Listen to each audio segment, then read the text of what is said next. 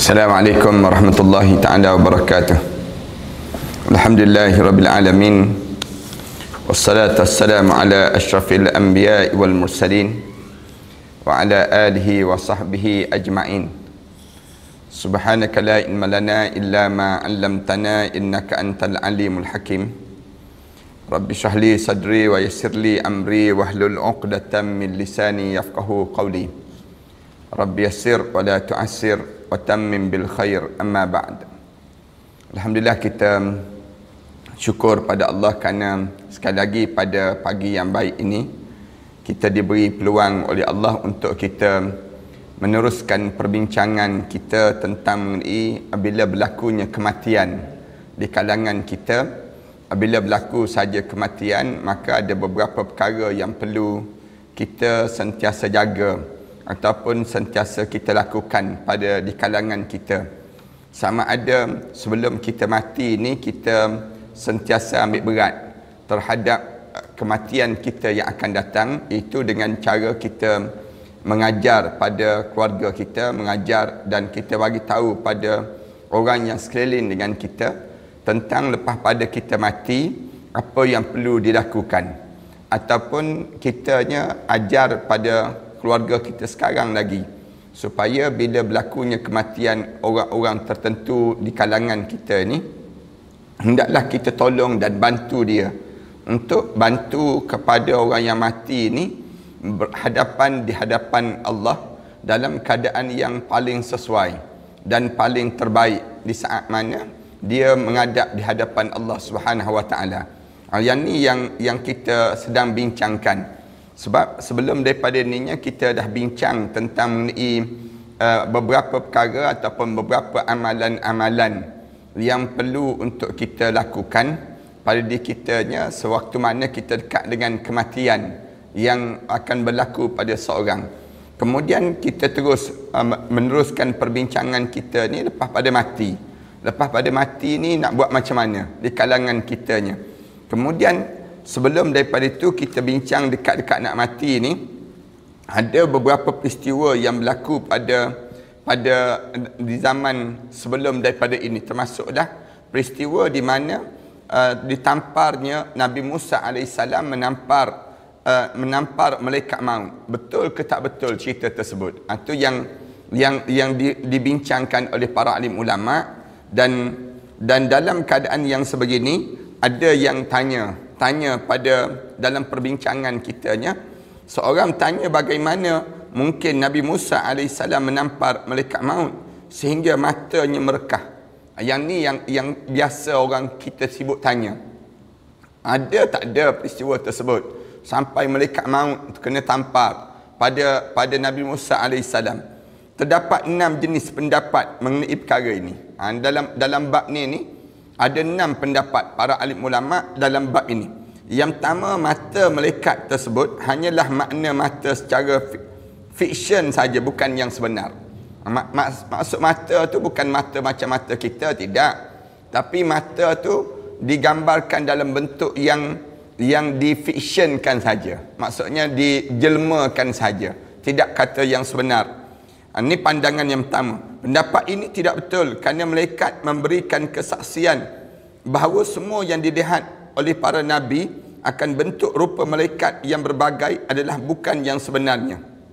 Pendapat ini adalah pendapat Ibnu Salimiyah, dipanggil demikian. Ini pendapat pandangan alim ulama bincang perkara demikian.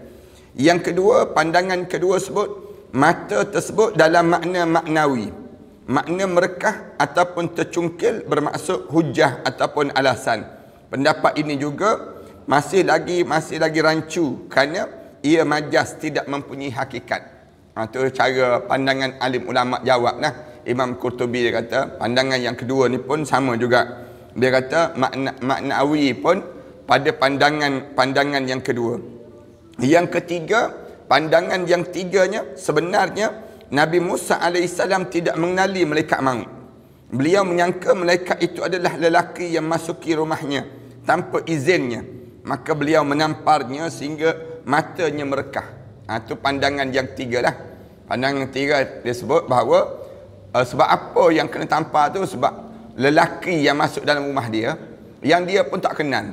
Jadi Nabi Musa AS ni bila keadaan demikian dia tampar sehingga matanya merekah. Diwajibkan mempertahankan diri, harta dan keluarga. Kaedah kita kan, kalau sekiranya orang masuk dalam rumah kita anggap perompak lah ni, kita anggap yang disebut dengan pencuri lah ni, orang nak buat jahat lah, masuk kerana mempertahankan harta dan keluarga ni wajib dalam Islam. Itu cara. Dalam keadaan seperti itu, dengan segala perkara yang memungkinkan, pendapat ini baik kerana menunjukkan makna hakiki mata dan makna yang sebenar menampar. Itu tampar. Itu perbincangan para alim ulama yang bincangkan. Dia kata mata tu mata sebenar lah, sebab dia datang dalam keadaan orang lelaki, dia datang dalam keadaan yang lelaki masuk dalam rumah. Jadi nampaklah bila ditampar tu tampar yang sebenar pada mata. Ini pandangan ketiga. Imam Abu Bakr Al-Khuzaimah memberikan keterangan terhadap hadis itu. Malaikat maut ketika kembali kepada Allah, dia berkata, ya Allah, kamu mengutuskan aku kepada hamba yang tidak mahukan kematian. Waktu mana malaikat maut tu, dia balik semula pada Allah, dia sebut pada Allah, ya Allah, kamu hantar aku kepada orang tak nak mati, ya Allah. Mungkin Nabi Musa tidak tahu bahawa kata-kata tersebut muncul daripada malaikat maut. Katanya pandangan Imam Abu Bakr Al-Khuzaimah dicerita demikian. Pandangan yang keempat sebut Nabi Musa AS adalah orang yang rapat, yang cepat marah. Pandangan yang keempat ni lah, dia kata Nabi Musa ni orang yang cepat marah, sehingga kerana begitu marahnya dia sehingga menampar malaikat maut. Nak marahnya dia tamparlah malaikat maut. Para hadirin sekalian, saya nak sebut juga, kalau kita dekat-dekat nak meninggal dunia ni, kita jadi cepat nak marah. Di antara emosi, siapa yang dekat nak meninggal dunia, dia akan jadi macam tu. Dia jadi macam cepat nak marah, jadi tak suka, jadi diserabut. Dia terlampau tension. Bila dia terlampau tension, tertekan, kemarahan tu cepat datang. Waktu itulah syaitan masuk dalam tubuh badan seorang. Sebab tu bila kita dekat nak meninggal dunia ni, kena ingat yang saya pesan ni.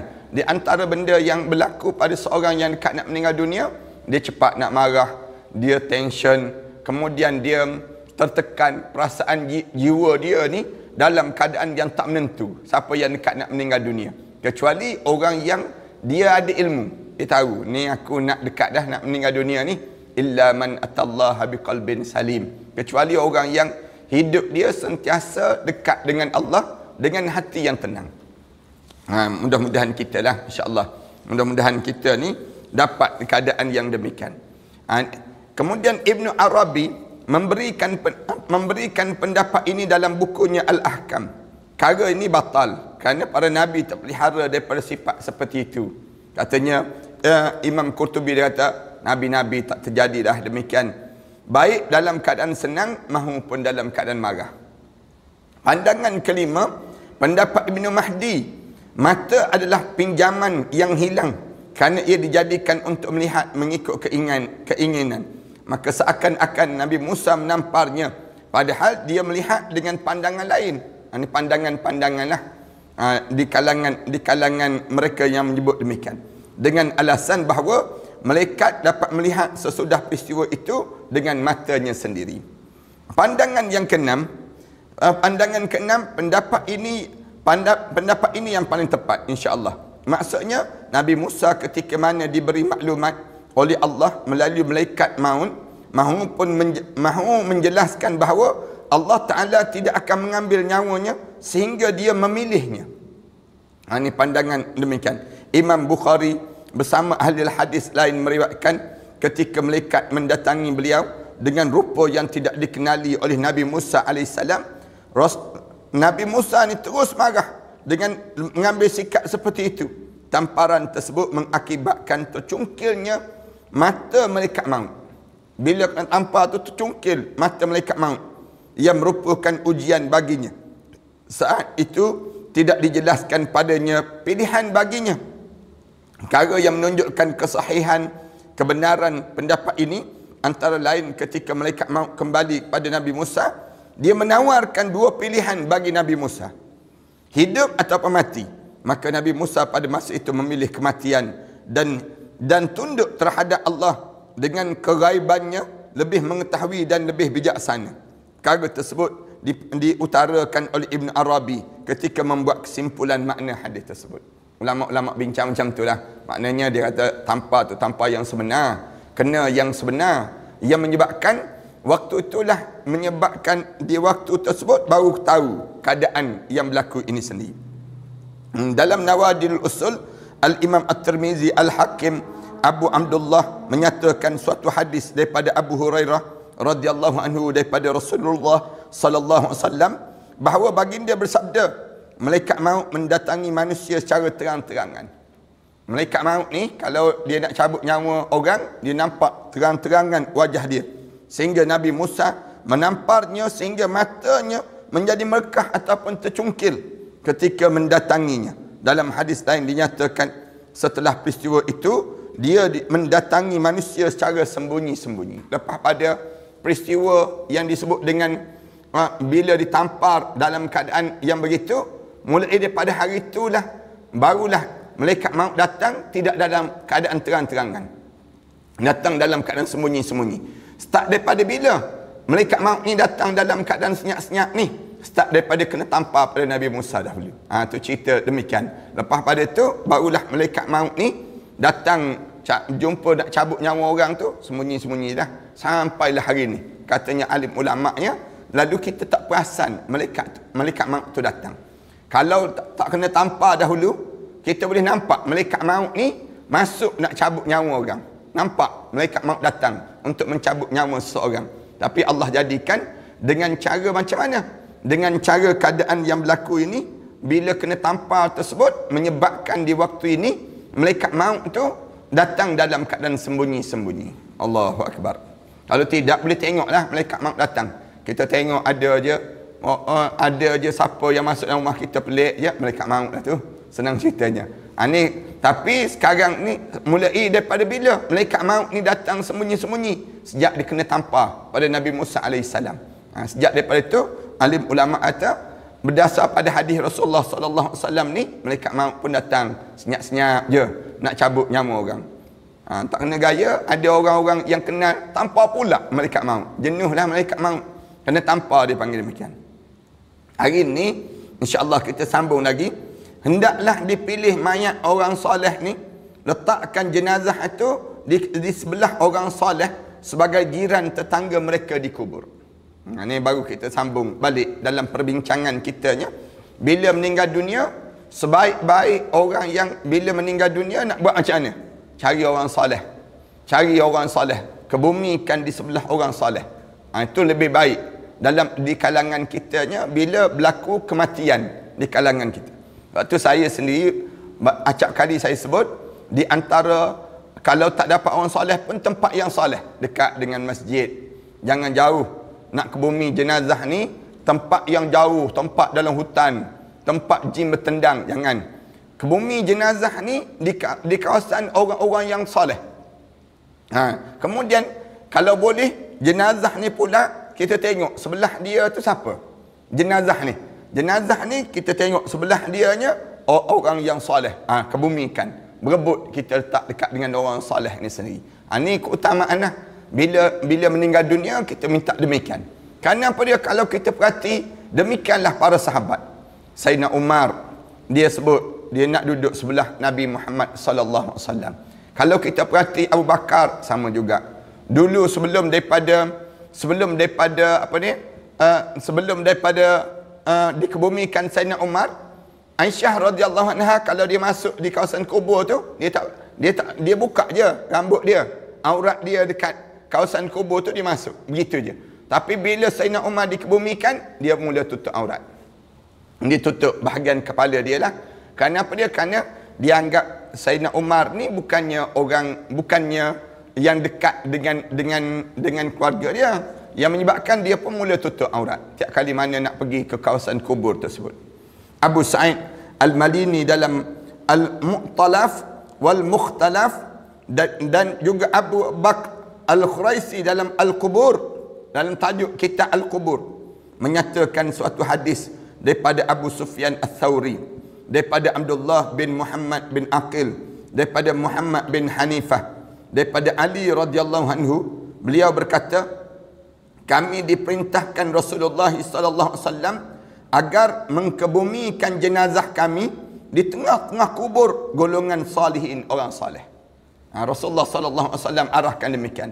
Kalau siapa yang meninggal dunia, letaklah kubur dia dekat-dekat dengan orang saleh. Jangan letak kubur dia jauh daripada orang saleh, jangan. Kerana orang mati disakiti oleh jiran tetangganya yang jahat. Kadang-kadang bila kita letak di sebelah orang-orang yang jahat, maka di waktu tersebut tersakit, seksa kita. Seksa apa dia? Seksa di kalangan orang yang baru diletakkan jenazah tersebut. Orang kita ni tak, dia letak di mana saja letak je lah, asal kubur kawasan kosong. Kosong sikit dia letak, kosong sikit dia letak. Dia jadi demikian. Ataupun dia susun siap-siap dah. Ni pun ada juga, dia susun siap-siap dah. Tak kira dah, soleh ke tak soleh, dia bawa amalan masing-masing dah. Ni zaman kita sekarang ni. Sebenarnya yang terbaik, cari tempat yang soleh dekat dengan masjid. Saya sebut banyak kali itu, dekat dengan masjid ni tempat yang soleh.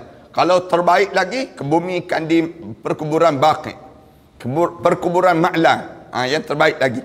Kalau kita dekat nak meninggal dunia, kita tahu dah, kita sakit kita ni membawa kepada kematian. Lalu kita pun bagi tahulah pada keluarga kita, saya nak pergi ke Madinah lah, saya nak pergi ke Mekah buat umrah. Dan juga dalam masa yang sama juga, kalau meninggal dunia, kemumikan saya di Madinatul Munawwarah. Itu cara kita demikian. Kita pergi, kalau dapat meninggal dunia di Mekah, Madinah, tempat yang terbaik. Kalau tak boleh juga di Masjid Aqsa, tak boleh juga di kawasan masjid-masjid yang kita sentiasa hidup dengan masjid tersebut. Itu yang terbaiklah pada diri kitanya. Ataupun di kawasan orang soleh. Kawasan orang soleh. Kalau tak dapat juga, cari kubur tu dekat dengan orang-orang soleh je. Jenazah kita tu kita sebut awal-awal, letak dekat dengan orang soleh. Macam di Indonesia tu siap tempah terus. Tempah ada penyanyi tu yang suami dia mati, suami dia orang Malaysia kan. Orang Malaysia tu meninggal dunia, lepas tu dia tempah bayar terus. Dia nak duduk sebelah suami dia. Konon-kononnya lah. Tak tahulah dia mati kat mana, tak tahu lagi. Tapi siap bayar dah. Dia panggil demikian. Ni pun ada di kalangan kita. Tapi yang kita kena faham dalam hidup kita ni, bila kita hidup ini sendiri, kita mati, letakkan pesan pada keluarga kita, kebumikan di sebelah orang yang soleh. Kerana orang mati disakiti oleh jiran tetangganya yang jahat. Ingat macam tu je. Bila masuk dalam kubur, kena kebetulan dapat jiran yang jahat, jiran yang tak baik, tersakit dia, seksa kita, bingung kita dengan dung dia kena seksa ni. Kita pun duduk sebelah ni pun terseksa juga.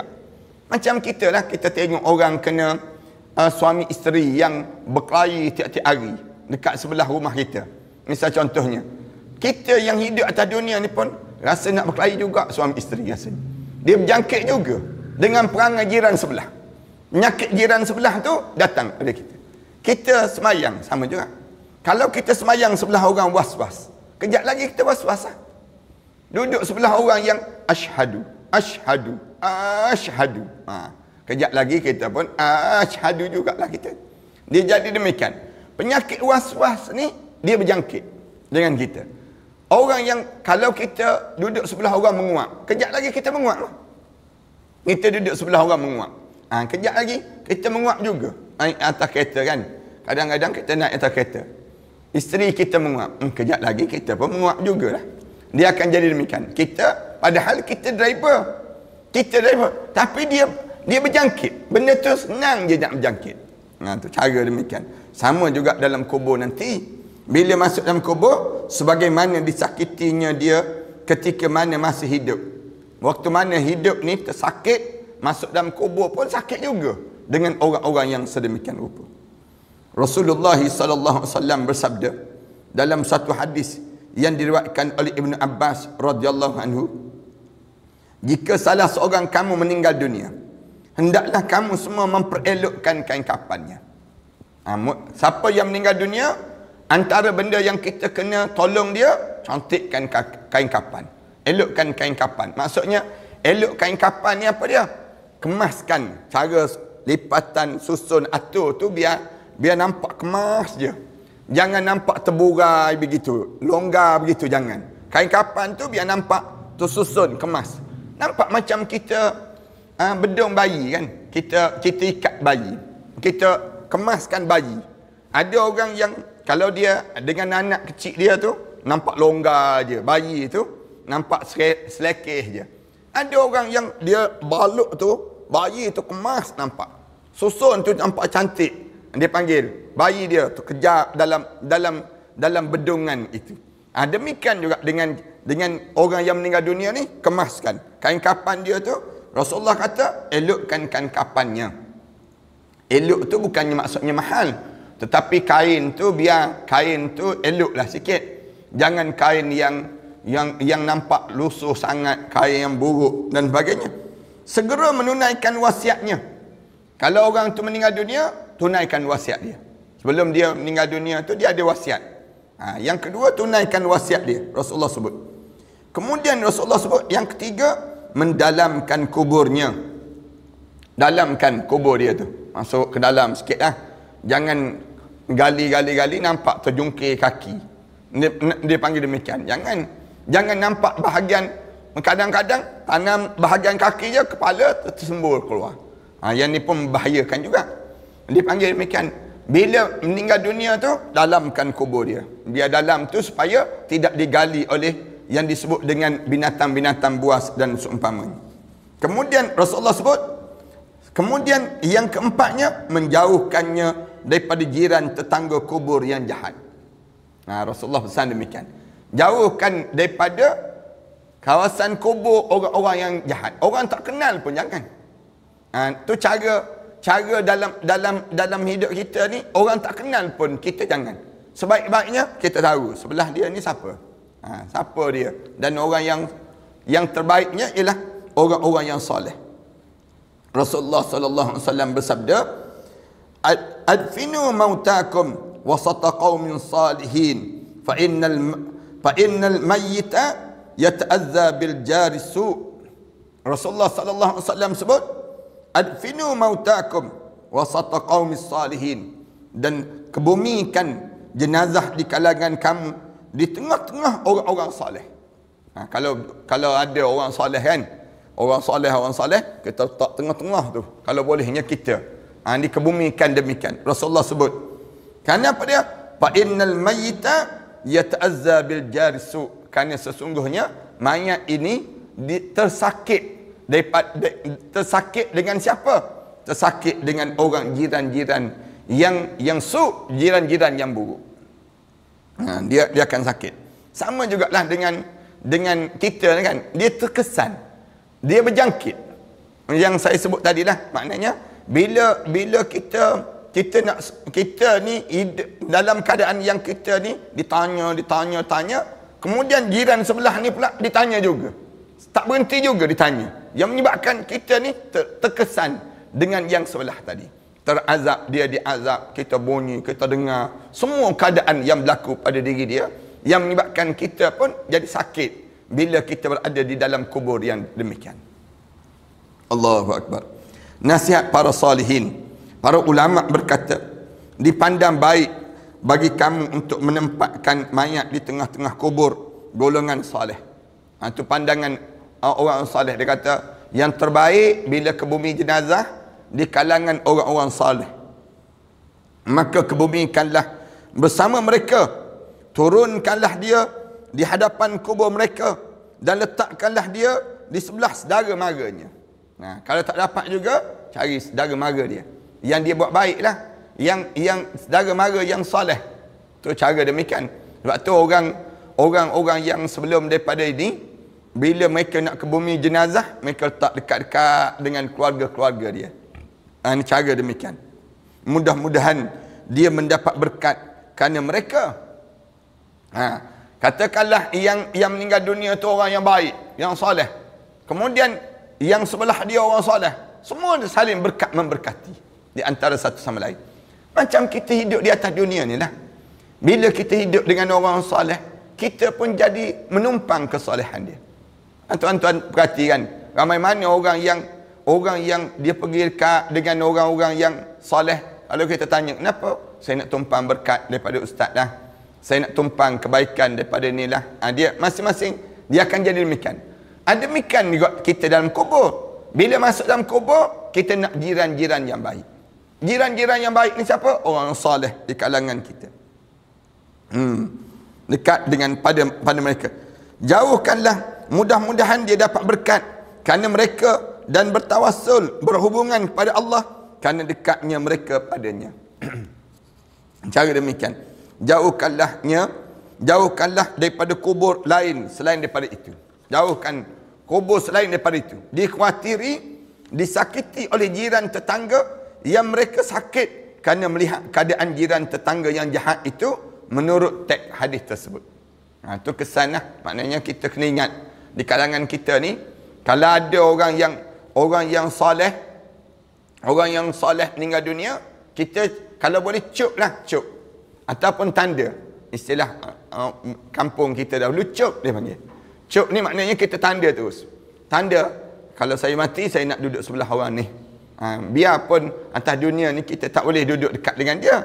Tapi waktu mana kita meninggal dunia, kita nak duduk sebelah dengan orang soleh. Kerana semua tu akan menyebabkan kita menumpang kebaikan dia. Jadi kita akan dapat demikian. Demikian juga dengan jiran yang jahat. Bila kita dapat jiran yang jahat, jenazah tu duduk sebelah dengan orang yang jahat, maka disakiti sama dalam keadaan demikian. Dalam satu riwayat diceritakan bahawa seorang wanita dikebumikan di Córdoba, di Spanyol. Maka dia mendatangi keluarganya melalui mimpi dan muntah di hadapan mereka sambil mengadu pada mereka. Ada seorang perempuan yang dikebumikan jenazah dia di Córdoba, di Spanyol. Kemudian waktu Spanyol ni sejarah yang hebat kan.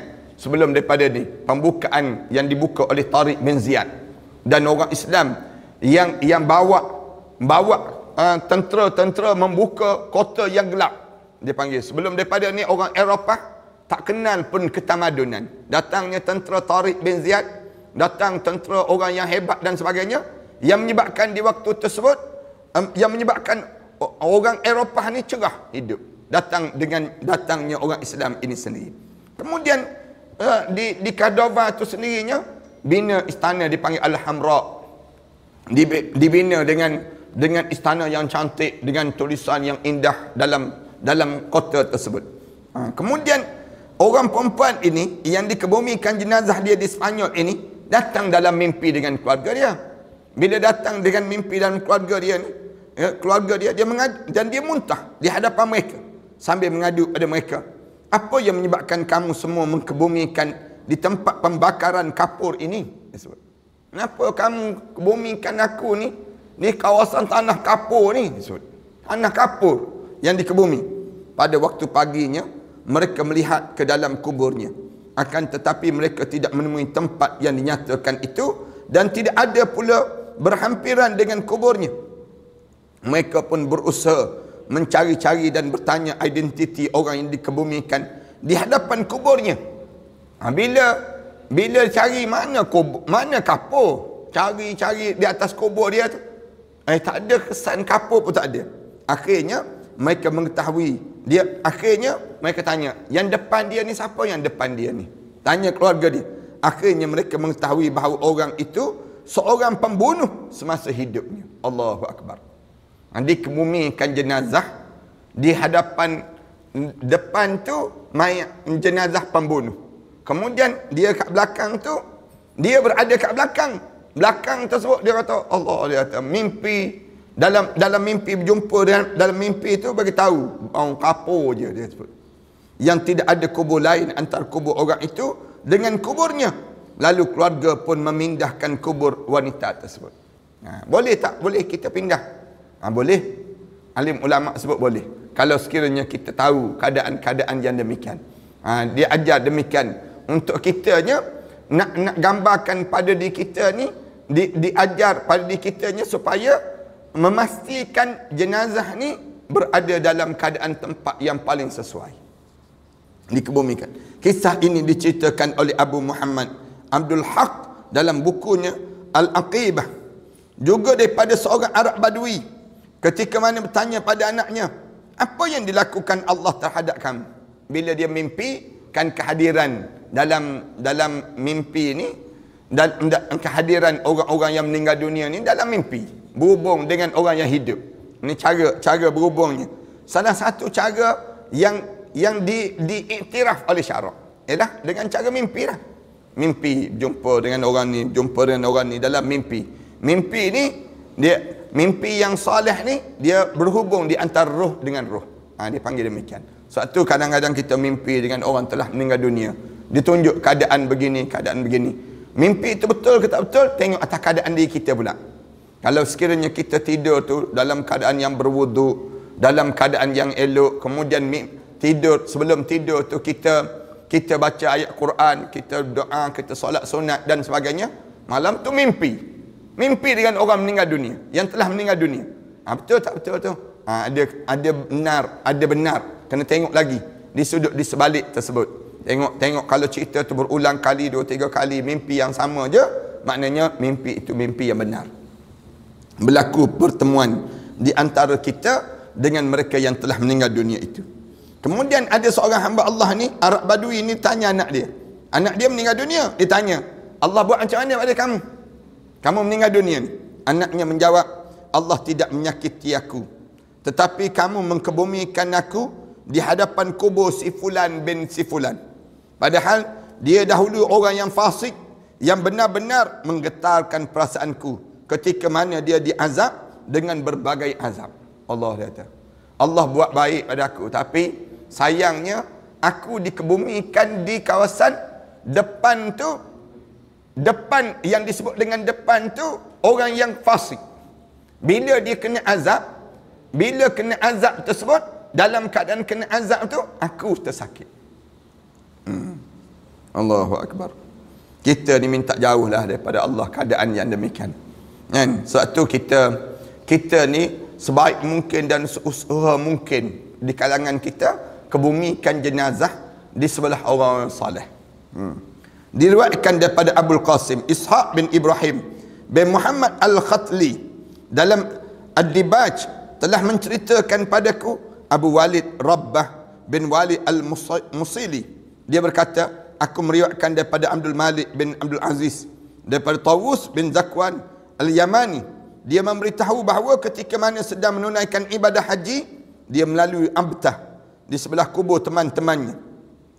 Lalu dia berkata, sewaktu aku solat pada sepertiga akhir malam dekat dengan kubur teman-temanku, aku memakai pakaian bardali, pakaian Yaman yang aku beli dengan harga 70 dinar. Sedangkan di tempat itu ada kubur yang sedang digali. Lalu tiba-tiba aku melihat lampu yang datang dengan suatu jenazah. Aku tengok ada lampu yang datang dengan suatu jenazah. Tiba-tiba pula aku mendengar suatu suara yang dekat dengan kubur yang sedang digali tersebut. Aku dengar suara dekat dengan kubur. Ya Allah, aku berlindung pada kamu daripada jiran tetangga yang buruk. Lalu aku rukuk, sujud dan memberi salam. Aku terus mendatangi para pemilik jenazah tersebut. Lalu aku bagi salam dan berkata pada mereka, aku meminta jangan kamu kebumikan dia di sini. Dia pun pergi dekat dengan orang tu, dengan keluarga tu, dia kata, aku minta pada kamu jangan kebumi jenazah orang tu di sini. Kebumikan di tempat yang sedikit jauh sikit. Jangan kebumi kat sini. Mereka menjawab, kami sudah menggali kubur di sini. Maka bagaimana mungkin kami mengkebumikan di tempat lain?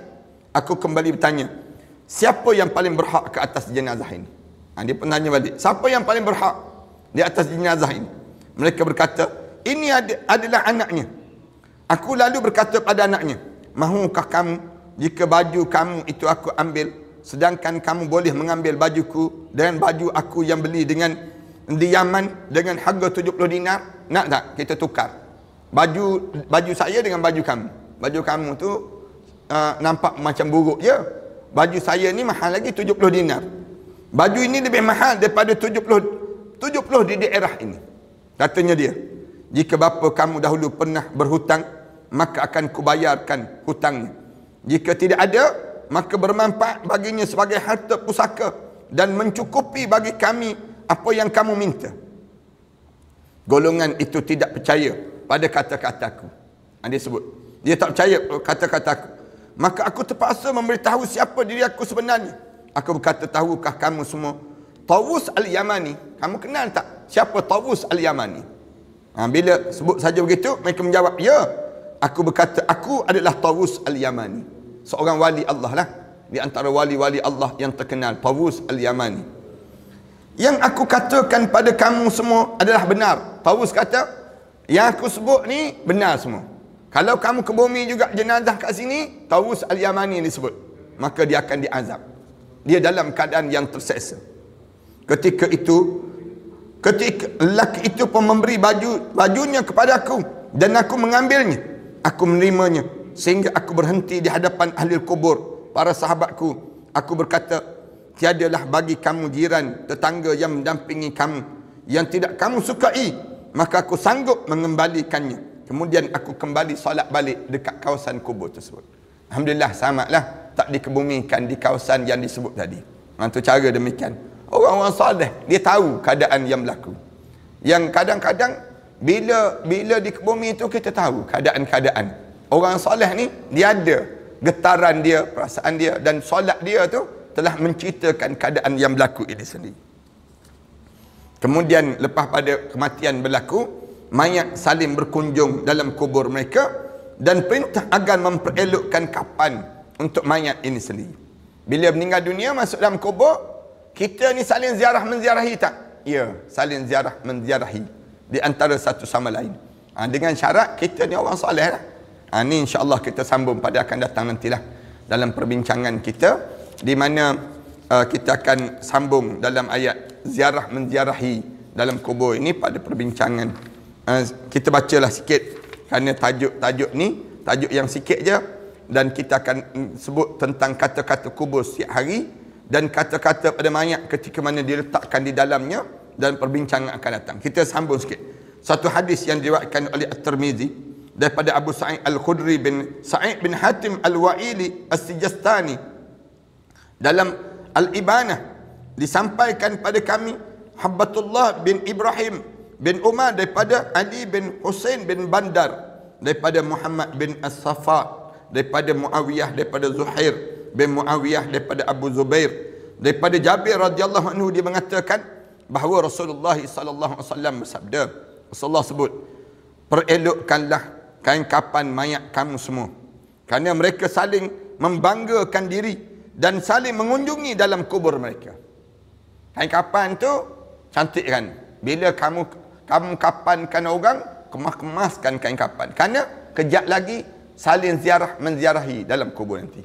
Maknanya jenazah ni, mayat ni akan diziarahi oleh siapa? Oleh mereka yang meninggal dunia sebelum daripada ni. Sebab tu sebelum dikebumikan jenazah tu, cantik-cantikkan dulu kain kapan. Saya sebut dah awal-awal tadilah, maknanya kitanya perelokkan kain kapan. Dalam Sahih Muslim daripada Jabir bin Abdullah radhiyallahu anhu, daripada Rasulullah sallallahu alaihi wasallam bersabda, apabila dikapankan salah seorang antara saudara kamu semua, maka cantikkanlah kain kapannya. Rasulullah sallallahu alaihi wasallam sebut demikian. Perelokkan kain kapan dia tersebut. InsyaAllah kita sambung perbincangan kita ni, kata-kata kubur setiap hari dan kata-kata kepada mayat ketika mana diletakkan di dalam kubur. Apa benda yang akan disebut oleh kubur bila jenazah ni mula diletakkan di dalam kubur. Sallallahu ala Muhammad wa ala alihi wa sahbihi wa sallam. Walhamdulillahi rabbil alamin. A'udzubillahi minasyaitanir rajim. Bismillahirrahmanirrahim. Alhamdulillahi rabbil alamin. Wassalatu wassalamu ala asyrafil anbiya'i wal mursalin wa ala alihi wa sahbihi ajma'in. Rabbana iftah bainana wa baina qaumina bil haqq wa anta khairul fatihin. Rabbana atina fid dunya hasanah wa fil akhirati hasanah wa qina adzaban nar. Walhamdulillahi rabbil alamin.